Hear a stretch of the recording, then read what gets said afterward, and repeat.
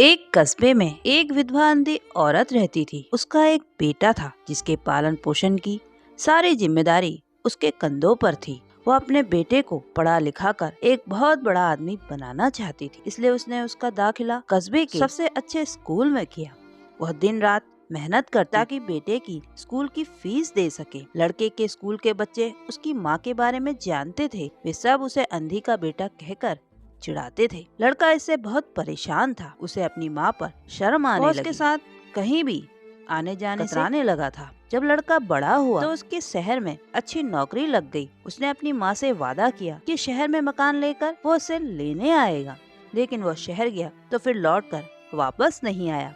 उसकी अंधी माँ उसका इंतजार करती रह गई। कई महीने बीत गए, लड़के की कोई खबर नहीं आई। अंधी से एक दिन रहा नहीं गया और वह बेटे से मिलने शहर पहुंच गई। पूछते पूछते वह बेटे के ऑफिस पहुंची। वहां सिक्योरिटी गार्ड ने उसे रोक दिया। अंधी औरत ने गार्ड को अपने बेटे का नाम बताया और बोली कि उससे जाकर कह दो कि गांव से उससे कोई मिलने आया है। गार्ड ने जाकर उसके बेटे को बताया। बेटे ने ऑफिस की खिड़की से देखा तो उसे अपनी माँ गेट के बाहर खड़ी नजर आई। वो ऑफिस में सबके सामने अपनी माँ की वजह से शर्मिंदा नहीं होना चाहता था, तो उसने कहला दिया कि वो ऑफिस में नहीं है और अंधी औरत वहाँ से चली गई। शाम को वो लड़का ऑफिस से घर जाने के लिए निकला।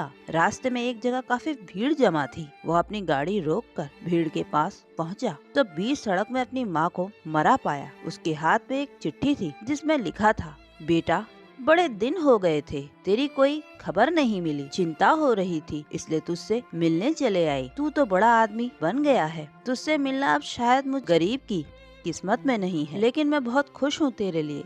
तूने अपना ही नहीं मेरा सपना भी पूरा किया। मलाल है कि तेरी तरक्की देख नहीं सकती। काश बचपन में तेरी आंखों में सरिया घुसा ना होता और मुझे तुम्हें अपनी आंखें ना देनी पड़ी होती, तो तेरी तरक्की अपनी आंखों से देखकर सुकून से मरती। तेरी अंधी माँ। ये पढ़कर लड़का फूट फूट कर रोने लगा।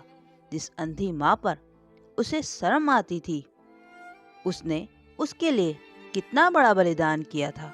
वो आत्मग्लानि से भर उठा और जिंदगी भर अपने को कभी माफ